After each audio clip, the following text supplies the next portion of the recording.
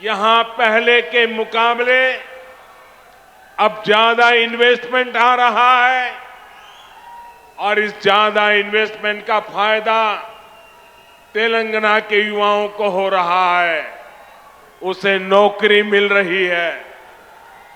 भाजपा सरकार ने दुनिया में भारत की जो साख बढ़ाई है, ये उसी का नतीजा है। लेकिन सवाल ये है कि यहां तेलंगाना में जो सरकार है, उसने क्या किया? साथियों, यहां की राज्य सरकार ने सिर्फ 4 काम किए हैं। यहां की सरकार ने सिर्फ 4 काम किए हैं। पहला, सुबह शाम मोदी को, केंद्र सरकार को रेगुलरली गाली देने का काम किया है। पूरी डिक्शनरी इसी काम में लगाई है। दूसरा काम क्या किया है? एक परिवार को ही सत्ता का केंद्र बनाने का और खुद को तेलंगाना का मालिक साबित करने का काम किया है। तीसरा काम क्या किया है? इन्होंने तेलंगाना के आर्थिक विकास को चौपट कर दिया। चौथा काम क्या किया? चौथा, इन लोगों ने तेलंगाना को भ्रष्टाचार में डुबो दिया। आज तेलंगाना में ऐसा कोई प्रोजेक्ट नहीं है जिसमें भ्रष्टाचार के आरोप नहीं है। केसीआर सरकार यानी सबसे भ्रष्ट सरकार। और देखिए खेल, अब तो दिल्ली तक इनके भ्रष्टाचार के तार फैल गए हैं। हम पहले 2 देशों या 2 राज्यों की सरकारों के बीच विकास से जुड़े समझौतों की खबरें सुना करते थे कि भाई विकास के लिए 2 राज्यों ने समझौता किया, पानी के लिए 2 राज्यों ने समझौता किया, ऐसी खबरें आती थी। लेकिन ये पहली बार हुआ है जब 2 राजनीतिक दलों और 2 राज्य सरकारों के बीच भ्रष्टाचार की डील के आरोप लगे हैं।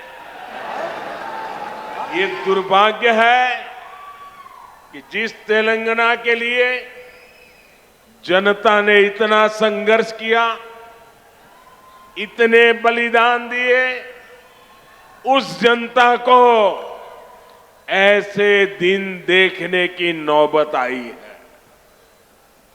और साथियों, मैं एक और बात कहूंगा, यहां सत्ता में जो परिवार बैठा है, जो करोड़ों को घोटालों में लिप्त है, जिस पर जांच एजेंसियों का शिकंजा लगातार कस रहा है, जिसकी पोल तेलंगाना के लोगों के सामने खुल चुकी है, वो परिवार अब तेलंगाना की जनता को गुमराह करने के लिए, माइंड डाइवर्ट करने के लिए नए नए हथकंडे अपना रहे हैं। आपको इन हथकंडों से, इनकी चालबाजियों से सावधान रहना है। साथियों, मैं जब भी तेलंगाना आता हूं, आप सभी लोगों की एक और छटपटाहट समझ आती है। आप लोगों ने कभी नहीं सोचा था कि एक दिन इस तरह परिवारवादी राजनीति के शिकंजे में हमारा तेलंगाना फंस जाएगा। परिवारवादियों को सिर्फ अपने बच्चों, अपने बेटे बेटियों के भविष्य की चिंता होती है। उन्हें देश के, तेलंगाना के दूसरे बच्चों का भविष्य बर्बाद होने से कोई फर्क नहीं पड़ता। और देश के लोगों को, तेलंगाना के लोगों को एक और बात भी नोट करनी होगी। ये जितनी भी परिवारवादी पार्टियां हैं, उनकी नींव भ्रष्टाचार पर खड़ी होती है। परिवारवादी कांग्रेस का भ्रष्टाचार पूरे देश ने देखा है। परिवारवादी बीआरएस का भ्रष्टाचार पूरा तेलंगाना देख रहा है। कांग्रेस हो या बीआरएस, दोनों ही तेलंगाना के लोगों के लिए घातक है। इन दोनों से ही तेलंगाना के लोगों को बचकर रहना है।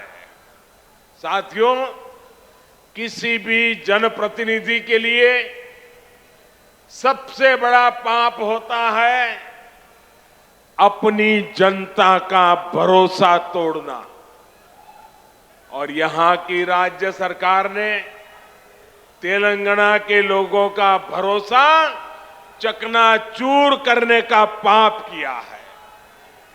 कितनी सारी उम्मीदें लगाई थी आप लोगों ने, लेकिन हर उम्मीद को तेलंगाना सरकार ने तोड़कर रख दिया।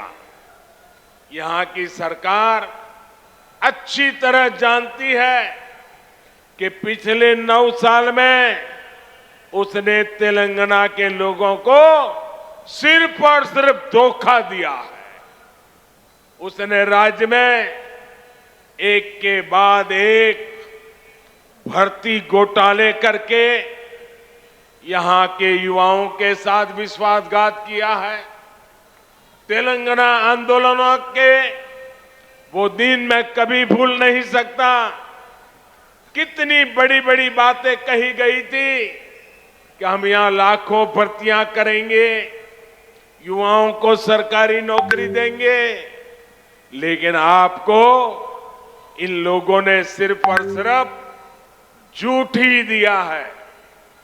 तेलंगाना में भ्रष्टाचार का जो खुला खेल चल रहा है, इसका सबसे बड़ा नुकसान यहां के युवाओं को उठाना पड़ रहा है।